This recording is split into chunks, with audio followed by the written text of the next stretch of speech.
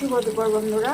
একটা গরম না, তার জন্য আমি আলু আর কোয়াশ দিয়ে একটা পাবদা মাছের ঝুল বানাবো। কারণ অনেক সময় পাবদা মাছের শস্য দিয়েও খাই, কিন্তু আজকে গরমের জন্য খালি পাঁচ ফোড়ন দিয়ে আর আলু আর কোয়াশ দিয়ে একটা ঝুল বানাবো। তাহলে দেখো আমি কীভাবে বানাই বন্ধুরা। তোমরা এই ভাজা মাছের তেলের মধ্যে দিয়ে দিলাম ফোড়ন, পাঁচ ফোড়ন।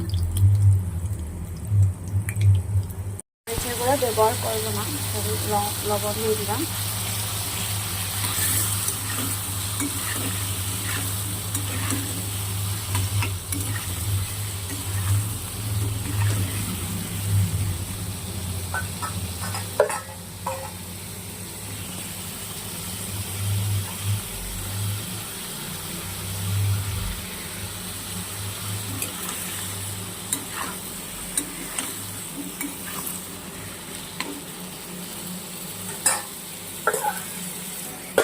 একটু 5-10 মিনিট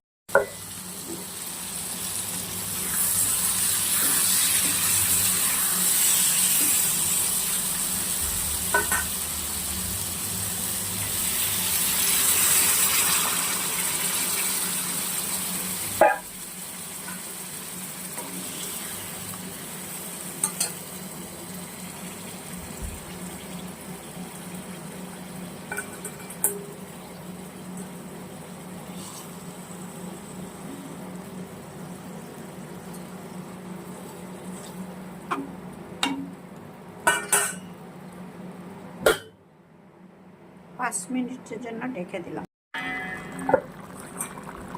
দেখো বন্ধুরা কি সুন্দর একটা হালকা পাতলা ঝুল রেডি হয়ে গেল। এই গরমেতে হালকা পাতলা ঝুলটা খাও, খুব ভালো লাগবে। তোমরাও বানায় এরকম বন্ধুরা।